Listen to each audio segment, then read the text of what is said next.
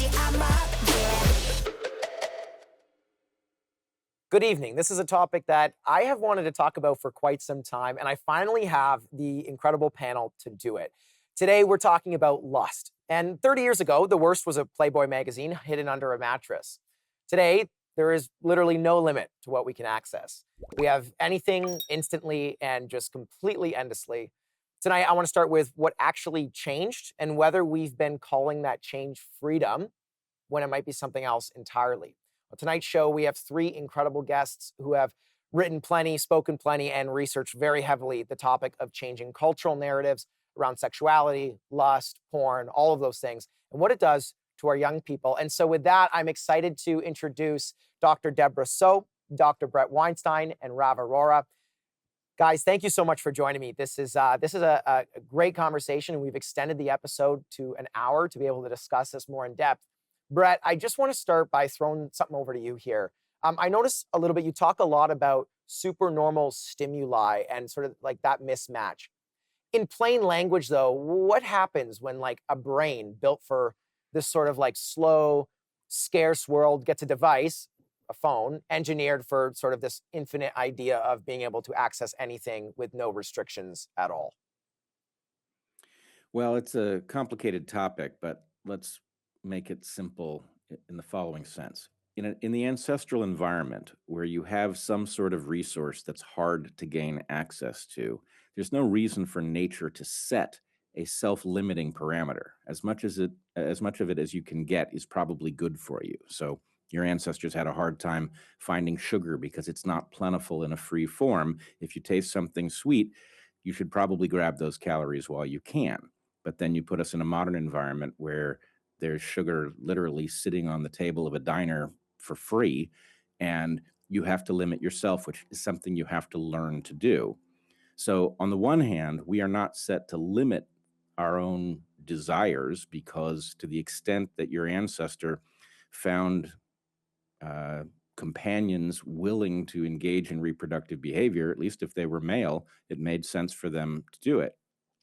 But we have a second parameter here, which is that not only do we not self-limit in a successful way, but we have antagonists who want to exploit our tendency not to self-limit and sell us things that are bad for us. In effect, they make a profit while they are destroying wealth by making us less happy and satisfied.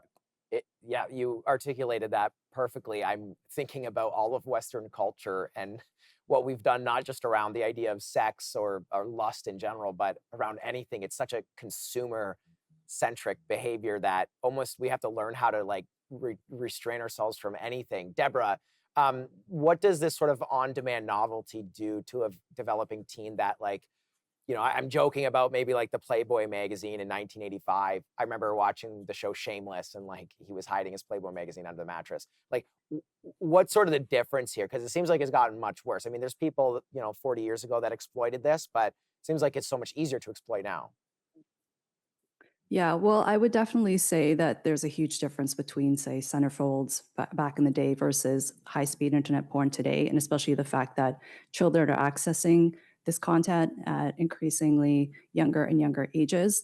And when you look at centerfolds, say in the past, they would usually be, say, a single woman, she'd be smiling, she'd be in the nude. She looked like she'd be happy to be there, whereas contemporary porn today is very much violent and degrading. It often depicts sexual acts that are not pleasant and that women do not enjoy being a part of. But when you view this content, the woman appears to really be enjoying it. So in addition to, I think, viewing explicit content at such a young age and the fact that it is so disturbing and potentially traumatic for kids, I think that has set them down this really worrisome path in terms of the types of sexual behaviors they'll find enjoyable or potentially interesting as they get older.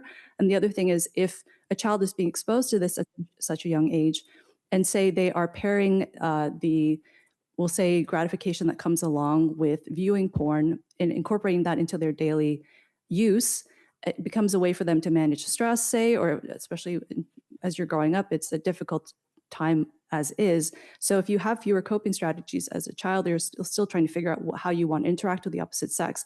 It can really put you down this negative path in terms of your expectations, how you think you should treat the opposite sex, Girls are internalizing these ideas in terms of what they should accept from boys, Yeah. and boys are also thinking that violence is acceptable towards girls.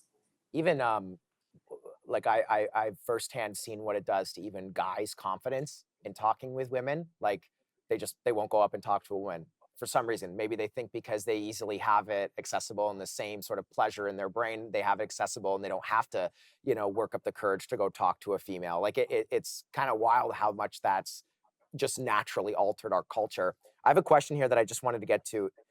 It seems like lust has become, and I'm sort of giving my opinion a little bit, but I would love your thoughts on this firsthand. It's become an addiction almost everyone has, and nobody's actually calling out. Rav, people say they're just sort of like in touch with their sexuality. Would love to know sort of from where you sit, what your view is on this, and sort of, I know you have a lot of conversations around this, so. Yeah. Well, on one level, you could say that a lot of young people are in touch with their sexuality in the deeply toxic, unhealthy sense of having access to so much, not just pornography now, but I would add some more descriptors like more hyper personalized, tailored pornography in a very extreme form. And I would really emphasize the hyper personalized aspect of it. So the rise of OnlyFans. I have a lot of conversations with young guys. So I'm 25.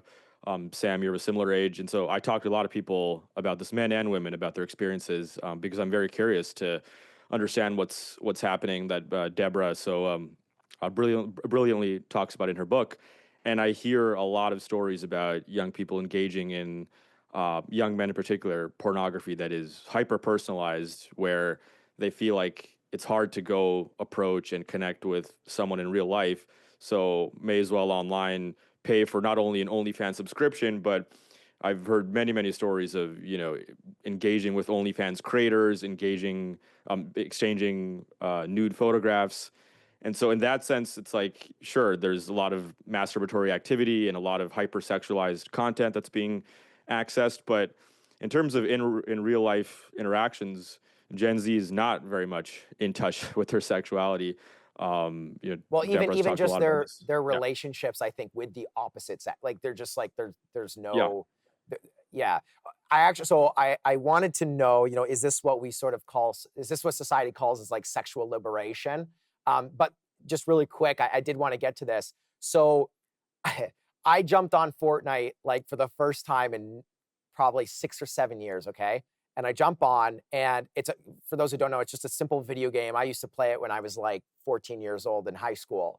And I jump on, and they have this woman in a bra and short shorts, like almost naked. Then they also have, I saw this on Instagram, another woman, like literally in a very, very skimpy bathing suit. What's crazy to me is that when you look at like the demographic of who plays Fortnite, they estimate it's around 75 to 90% male. Like, Bret, would love to know just your sort of take like on what that does to, like, think about it. We've got 9-year-old boys playing this game, and they didn't even try to access porn, OnlyFans. They don't even know what that is. What does it sort of do to their headspace when they see that stuff? Does it actually affect them, or is it just so subliminal? Not really.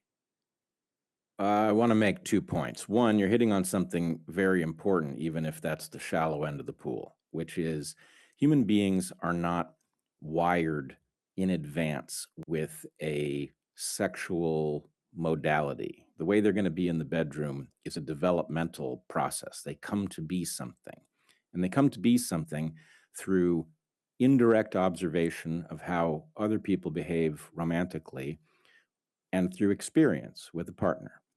And what we've done is liberated our way out of that normal process. So young people are now victims of corporations that are competing with each other and using things like extreme versions of sexuality as a lure to get your attention away from a competitor. That's not in your interest, that's in their interest. But the other point, which follows directly from it, is I'm afraid people are going to hear this conversation and they're going to get the sense that you've got, at least a couple of older people here looking back at a younger generation and wagging their finger. And I get why you would think that.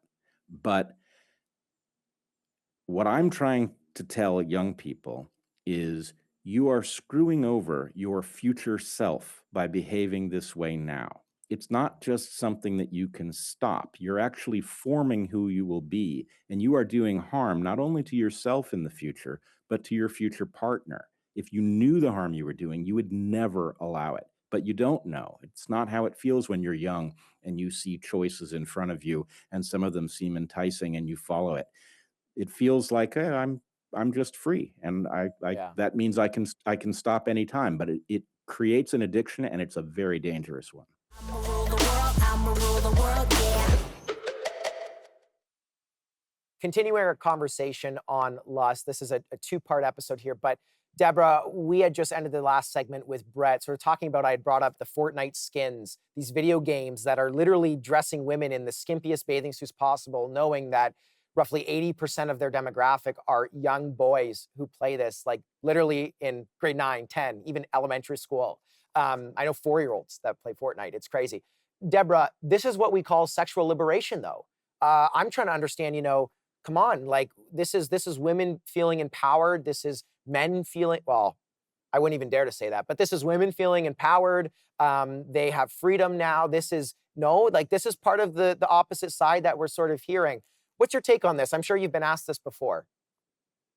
Well, I would say I thought the whole purpose of liberation for women was for us to be valued for something other than our bodies and our sexuality. So to me, this is a step backwards to say that, oh, it's so empowering for women to run around showing their bits, selling their bodies online, doing pornography, what have you, having depictions of women half naked in video games. And I totally understand why this would be appealing to, say, a male audience who's playing that game. But it's one thing if they are adults versus children. And I do think that the age aspect, it makes it really inappropriate because in some ways, I think it is priming children to be seeking out this material or to be more open to engaging with it because it is so enticing for them at a young age. They may not be pubertal yet. They may not really understand what sexuality is, but these companies know that it's going to be enticing and interesting.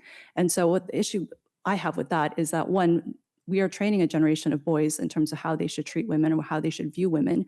And the other thing is when you see how this content is affecting the sexes in terms of how they interact with each other and also their motivation to actually date and meet in real life and have conversations in real life, as opposed to hating each other and women feeling that they are being sexualized and being treated as objects. And men are disinterested in dating entirely because they have options like pornography online or OnlyFans or AI girlfriends. So they don't need to invest in women. They don't have to bother putting in the time and the effort to interact with them. So I think this over sexualization of an entire generation, I'd say Gen Z and Gen Alpha now, is making people actually less interested in sex because it's so overdone, it's so ubiquitous that it's boring, and it's almost to the point where there's nothing taboo or fun about it anymore. So why bother doing the real thing when you can just go online and do what you want? Now, one thing I did want to address in this episode that I think is important, Rav, I'm going to throw something over to you, but you also have different views on sex in relationships. Some people believe, like Christians would believe, that sex is to be left till marriage. Some people believe it's fine, do whatever you want. Either way, I just need to make it clear. This is an issue whether you're in a marriage or not in a marriage, because you can still struggle with lust, you can struggle with porn addiction, you can struggle with talking to your wife in a very negative way, or vice versa, whatever it may be, in a marriage. And you may have waited till marriage. It can still be an issue. So I just wanted to lay that groundwork. Rav, just talk to me about some of the firsthand experience, because I know I have some. I would imagine that you have some. You're in Vancouver. I'm near Toronto area.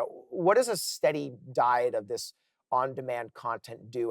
Do you have anybody that you may know or that you know of that you almost can know that they're consuming this, and they're actually it makes them struggle with their confidence as a man, as a person?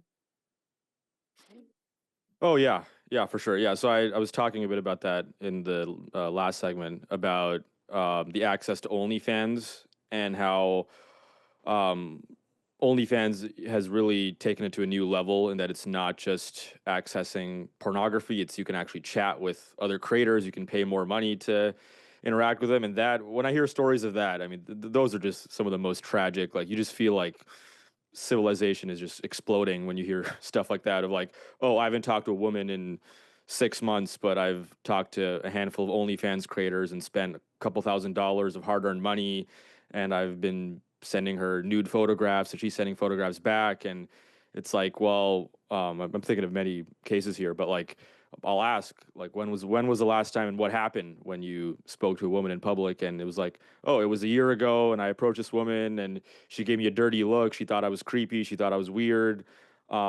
She just rejected me. Then I felt so demoralized that I just decided to go on OnlyFans. I mean, that story you hear a lot, and even things like cartoons, anime. I've heard some stuff like that recently. I think that stuff's still a little bit more rare. Even the extreme stuff, I still think is more rare than common. But there is this sense of replacing real life intimacy, which takes a lot of work, like approaching in public. It's something that, me and my friends, we've kind of gamified this for ourselves and kind of have fun with it. But it is really tough. Like, it's like getting used to rejection and Rav, like I not wanna taking things too personally. actually, sorry to interrupt. I actually wanted to touch on that, and you nailed it. Is like, you should actually enjoy the rejection, because it makes you more of a, in my opinion, makes you more of a man. It makes you more confident in some capacity. So it's actually crazy. Just quick personal story. So I was, I try and really stay off of like Instagram, TikTok, Snapchat. I don't have any of it on my phone. Occasionally I'll go on Instagram. This was shocking to me though. So I'm on Instagram on my computer, and I get an ad for an AI girlfriend, like literally saying like, oh, all of your best desires can come. And I'm like, are you kidding me? What even data do you have on me that, like, and I'm in a relationship. It's just mind-boggling to me that they can just sort of mass push this out. Bret, I know it seems natural, it's a human instinct, whatever it is, now we're just profiting off of it. But from a side of like actually doing something about it, what do you do about this? Like, is it policy related? Should we make it illegal that porn just should be illegal, or anything sexual? But how do you even define that? I'm sure you've probably explored this in your head. Did you come up with an answer? I don't think policy is what's going to solve this. I think when young people come to understand that they've been betrayed, that they've been robbed of something that they didn't even know was possible and that they were entitled to, that they will start opting out on their own. They will treat it like food that they know is too toxic to eat. And what I would say is, we say, even in the titling of this program, is lust natural? Yeah, of course it is. But it's one of a pair of similar but rather distinct phenomena. And I will just say, evolutionarily speaking, men have two reproductive modes. In one of those modes, they invest in their partners and their partner's offspring. And when they are in that mode, they are not like women, but they have many similarities. One of them being that they're very, very choosy. The other mode is one where they sow and go. It's just about sex, and it's the inverse of being willing to invest. It assumes no investment. And women are now opting into the role of appealing to that second mode, which if they understood what it was, they would never do. It's not in their interest to do it. I see Deborah's head So I would shaking. say, Yes, yeah. so, you have lust. That's men in a, I'm not planning to invest, I'm just looking to get lucky mode. And then you have desire, right? The actual passionate desire for someone, the desire to be with them, to win them over. And I think most young women do not really believe that that's even a thing, that the current environment has made young men and young women very cynical about each other. They Yeah. feel like they've spotted the real thing on the other side, and they don't like it for good reason, right? The women think that young men are, once you get the bedroom door closed, they're brutal and uncaring, and men think that young women are conniving and untrustworthy. And the fact is, that's not wrong, but it's not the only way to be. There is an alternative. It is real. It takes work to get there, but it provides the most rewarding stuff in life.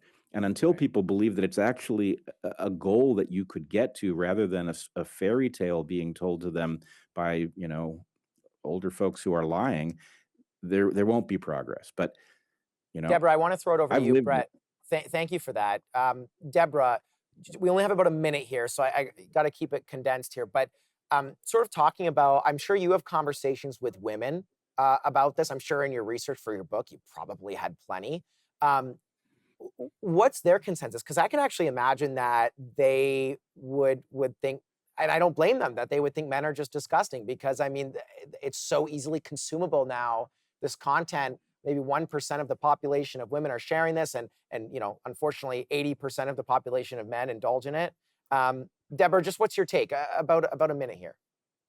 Sure. Well, in terms of why I was nodding along with what Bret was saying, men have a dual mating strategy. So basically, as he was saying, they are looking for either short-term or long-term partners. So what I think young women are doing in terms of making this mistake is they are mistaking any sexual interest in themselves as the potential for a relationship. But what happens is if women sell themselves as being short term, so if they dress in a way that is very provocative, they engage with men in a way that's hypersexual, overly flirtatious, then men are going to put them in the short term category, and they're only going to see them as sexual partners. They're not going to want to wife them up. So what happens is these young women have these experiences with men going into it, thinking that this man is going to give them a ring, and then they find out, oh, with casual sex, say, and this being sold by society as something that's good for young women, they get burned. And so they really start to despise men over time because they don't understand what they're doing is not a helpful strategy. We want to hear from you, especially if you disagreed or feel we missed something important. Join next week's conversation for part 2 on the lustful generation. We'll end off with this. Do not simply accept what you are told. Challenge your thinking, engage in differences, and listen to new perspectives. I'ma rule the world, yeah.